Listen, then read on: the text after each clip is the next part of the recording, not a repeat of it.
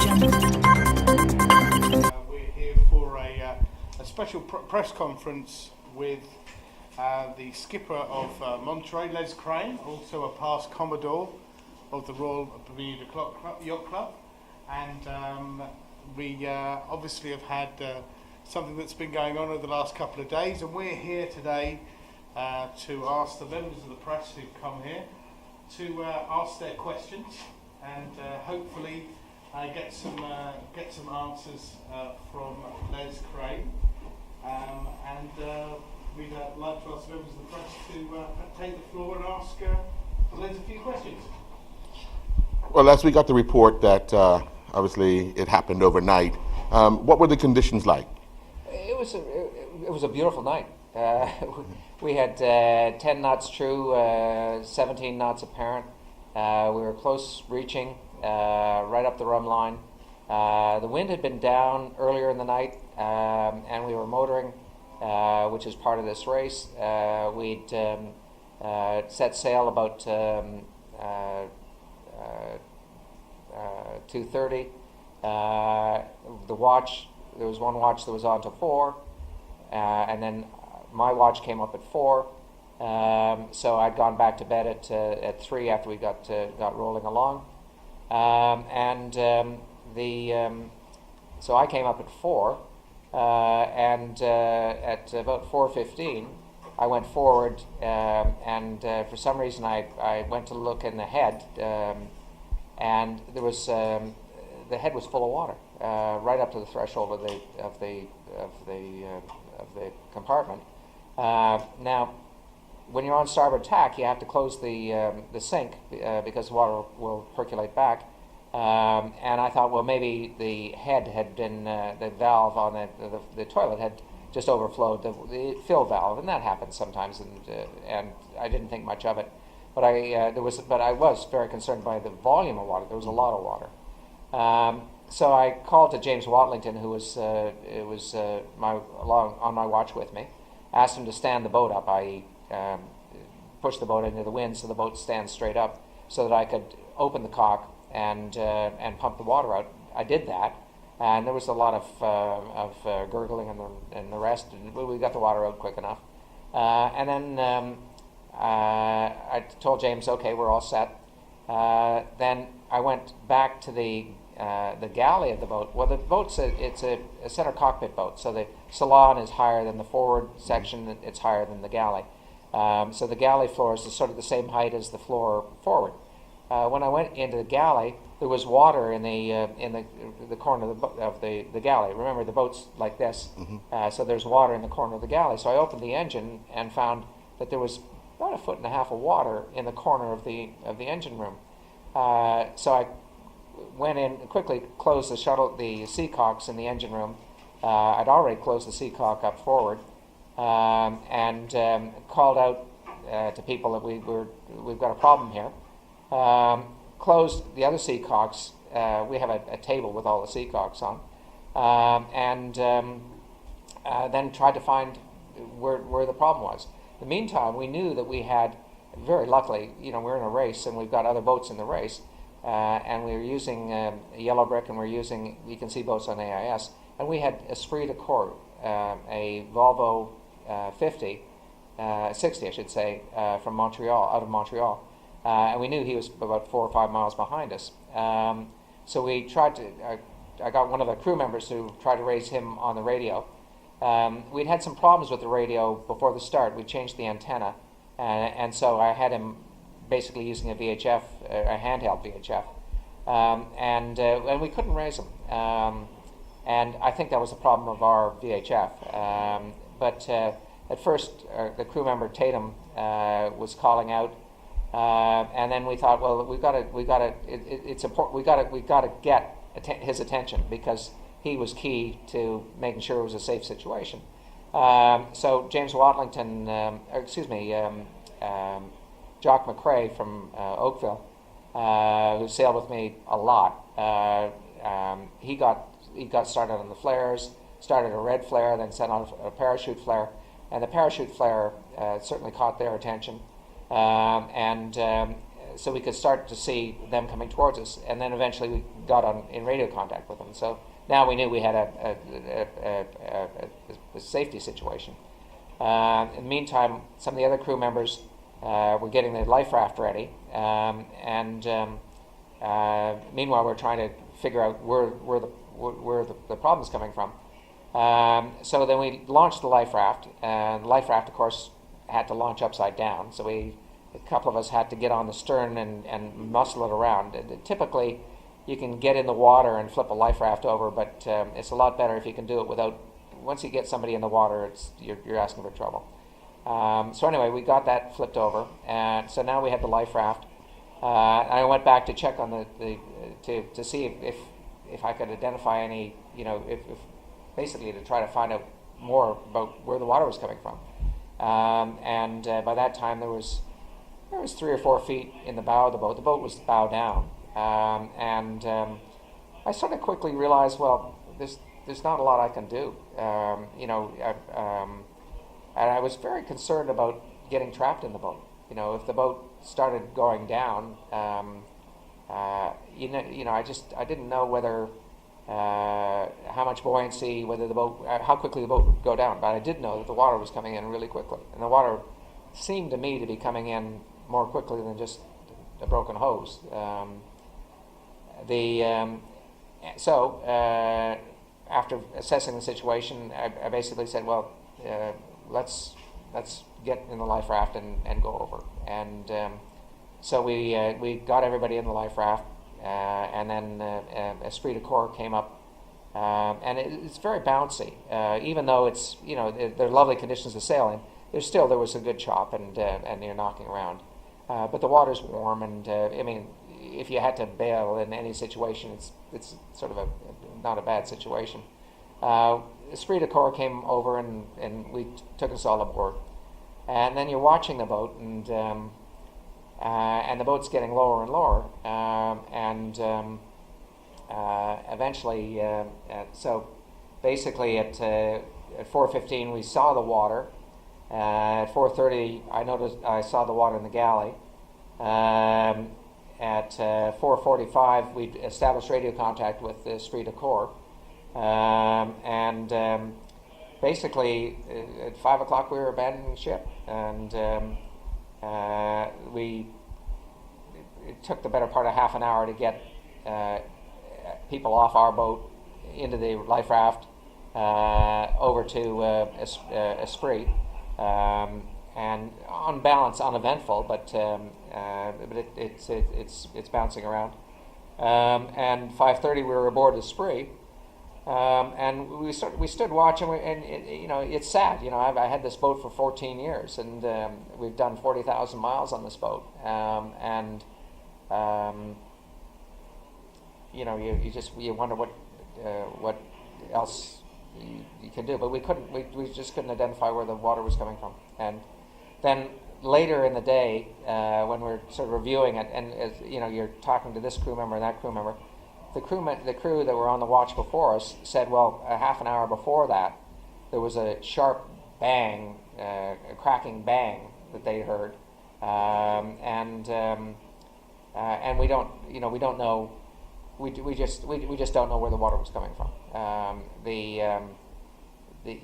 The first sighting of the water was forward in the head,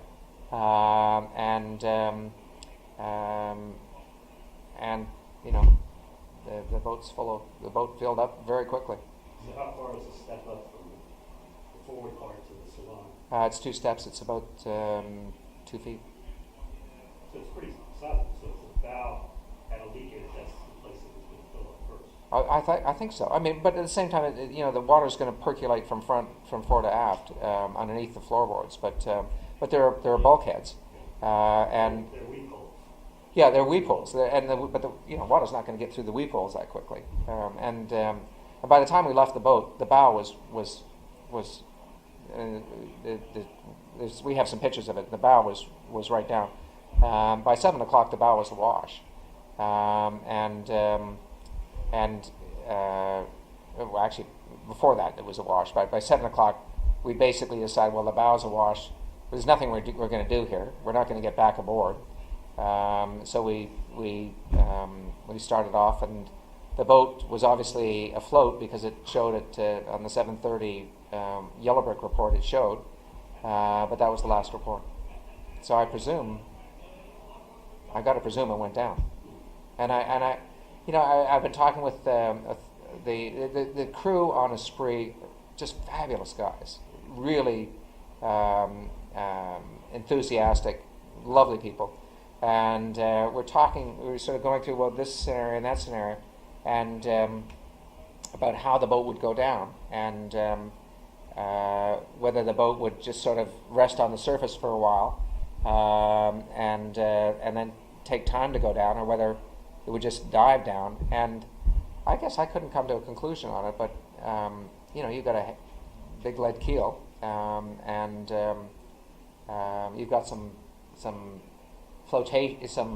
soft items that are going to provide some flotation. But I don't know whether. How do you feel about it, Talbot? Would the boat go I down? think Or? maybe there's some air pockets too. Yeah, but the way. Under the deck. Yeah. And I thought, well, maybe air would get trapped in the lazarette, but the lazarette hatches would not have been dogged down, so they'd just blow right out. Anyway. As you sail away from something you've had for 14 years, what goes through your mind? Oh my God, we sailed. We left this boat. This is a program that I've been on since Christmas a year and a half ago. We had this discussion with America. We created this Antigua Bermuda race based on the idea of America racing Spirit to Bermuda. Wouldn't that be fun? Mm-hmm. And I thought, well, yeah, that'd be fun. I was basically involved from Spirit's point of view. And then I thought, well, actually, maybe I could bring my own boat over and join it. And my boat was in Greece at the time. So back in July, we left Greece, took the boat to Malta. In September, we took the boat from Malta to Las Palmas. In November, we joined the ARC from Las Palmas to St. Lucia, brought the boat up to Antigua, and we're doing this race. And I've got my kids coming for the America's Cup. We have friends coming. This was going to be our chance to bring the boat back to Bermuda, because we bought the boat in 2003. The boat's not been in Bermuda since 2004. So we were coming back, and we were going to have a great time with the boat in Bermuda for the America's Cup. And then the boat was going to go up to, with my son, to Connecticut. Was going to do the Newport Bermuda race next year. And then we were going to take it back across the Atlantic to the Azores and get ready for a CCA cruise in Sweden in 2019. Anyway, that's all history. And you spend a lot of time with a boat, and we had this thing so tweaked out, and we just while we were in Antigua. Played around with the bowsprit and developed a proper strut for the bowsprit, which holds the code 0, and we rejiggered the code 0, so the code 0 was on this torsion furler in a sleeve, and it was just great. And everything was working like a charm, and now it's all history. What was that conversation like? The first conversation with your family after you getting on board? Just sad, what do you say? The important thing is everybody's safe. There's been a lot of, we modeled this race after the Newport Bermuda race in terms of safety equipment, in terms of, we've had a lot of experience in organizing races like this. And the safety requirements are similar to the Newport Bermuda race, but not, we didn't have the ground force that the Newport Bermuda race has to do the safety checks and the rest. But the safety equipment everybody had on board was the same as the Newport Bermuda race. Mm-hmm. So everybody had EPIRBs, everybody had life rafts, everybody had was broadcasting on AIS. We had yellow brick transponders, mm-hmm. So everybody knew where everybody else was. And you're sailing in a race. We had a caveat in the race that allowed motoring, because we knew that there's it's an up and down wind situation, but you're all together, so you know that there are other people around, and you can see them on Yellow Brick, you can see them on AIS, and you know what, we're lucky they were there. I mean, after this race, I'd planned to sail up to Newport at the start of or the end of June, start of July, and we'd be doing that alone. And if the same thing happened at 4 o'clock in the morning on the way up there, we could be sitting in a life raft for 12 hours, you know. Anyway, it's everyone's safe. The crew's all at home, probably having a dark and stormy right now, and it. But you know, I don't have a boat. That's been part of our family for 14 years. You know. Can I just say, you know, Les said an awful lot. I think it's a good moment to bring in Commodore Latrice Oatling, Commodore of the Royal Bermuda Yacht Club. It's difficult for Les to talk about himself. To talk about the experience and the man sitting next to you. Well, I've known Les for many years. He was Commodore when I joined the club, and I've always been a sailing member here. He sailed with me in Etchells. He sailed with me in many other instances here. He's been an avid sailor for many years, and many, many hours and miles on the ocean is what he has put through. I mean, we know that we've been to every Newport meeting. We talk about safety at sea. We've been through many, many iterations of what do you do? And it sounds like these guys, you know, they knew exactly the safety protocol. They had all of their documents in order. They had their maps on the boat. Everybody knew where everything was. What an excellent way to, you know, make sure that there's safety.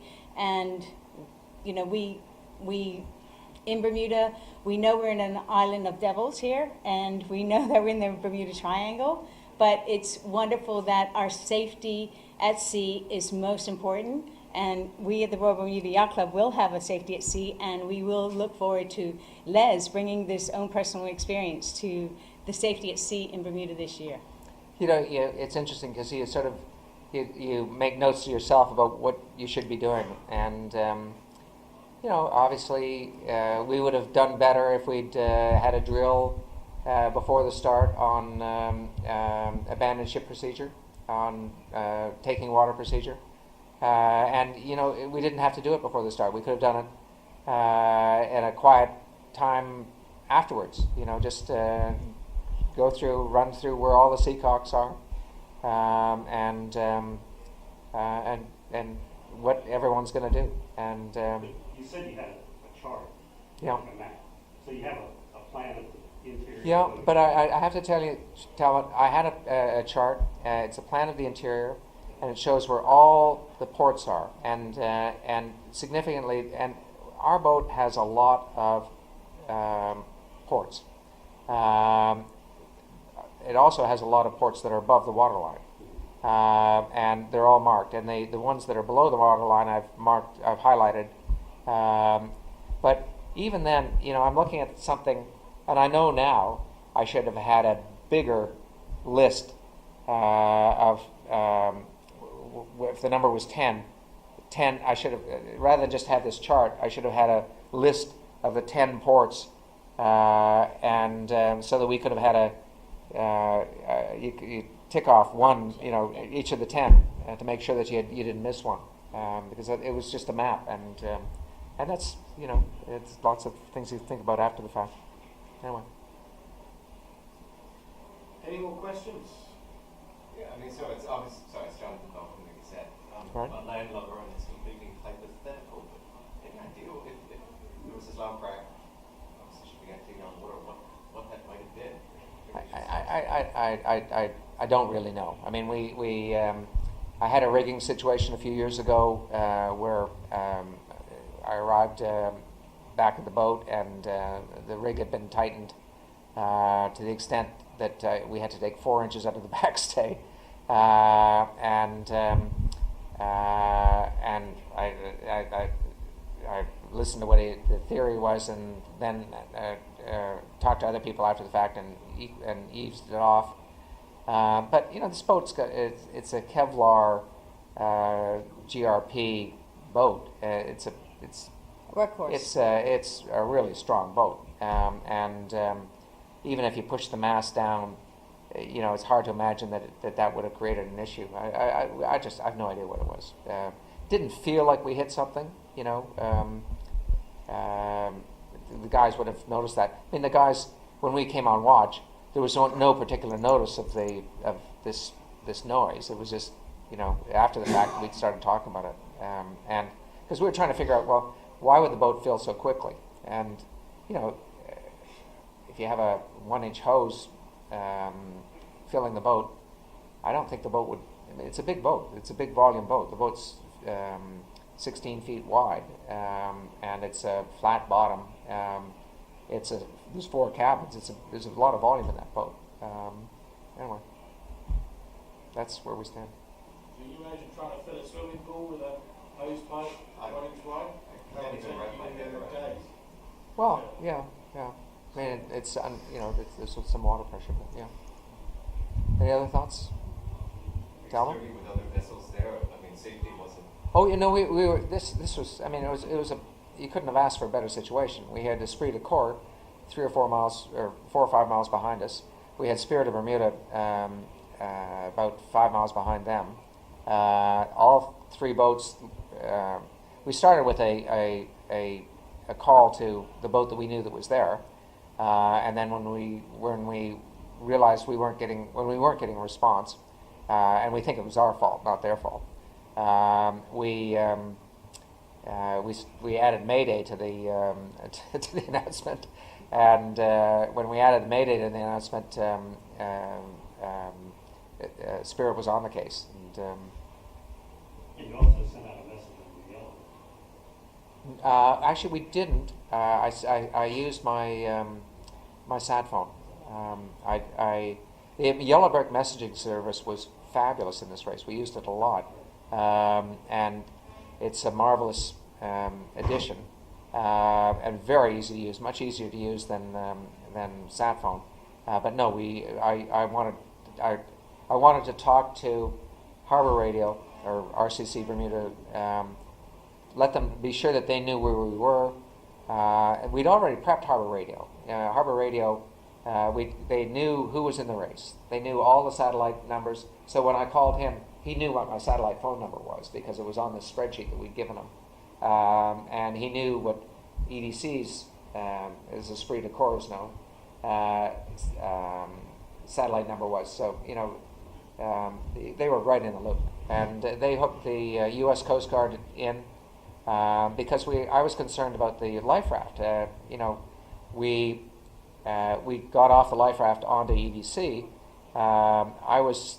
I thought we should be piercing the life raft, so the life raft wasn't floating around. But the fellow at the U.S. Coast Guard didn't seem overly concerned about it. He said, "Well, is the life raft marked? Is the life raft?" And asked for a description of the life raft. So the life raft's still out there. I think it's important to stress that basically yourselves and other boats handled the situation. Although the US Coast Guard was informed, they didn't have to deploy their resources. Oh no, and the short answer: there are no resources out there. That's an issue in this race. You're racing from Antigua to Bermuda. You're racing the right side of the Bermuda Triangle. You're never closer than when you leave Antigua. You're 1,000 miles from Bermuda. You're 1,000 miles from Miami. Halfway through the race, as you get towards Bermuda, you get a little closer. You're only 650 miles from Hatteras. So you're out there. There's no resources out there, and the resources are the other people in the race. And it was a very skilled group of sailors in this race. I mean, it was incredible that some of the boats we got in this race. I have to say, Louis was quite responsible for bringing a lot of those people in. Tell us also, Les, that the involvement that Spirit of Bermuda had in the incident. Well, Spirit was standing by. and Spirit offered to take us aboard off EDC, but we were very happy with the folk on EDC, and they're just a great bunch of guys. And Gilles Barbeau and Maxime, fabulous guys, and they run this sort of work challenge experience program out of Montreal, where they get employees to experience a common event, and they do sailing events and mountaineering events and biking events, and they're really enthusiastic guys and really great people to be with. I was very impressed by the crew. So they let you drive? You bet they did. They let me drive. I was watch captain for 4 hours last night, and in about 5 knots of breeze. And but the boat, it's a boat handles like a dinghy. I mean, it's a 60-foot dinghy, wet. You don't want to be on the foredeck on that boat. It's just it's a dinghy, and lots of sails to play with, and it's fun. Or when you say Oh, fun. Audio Jungle.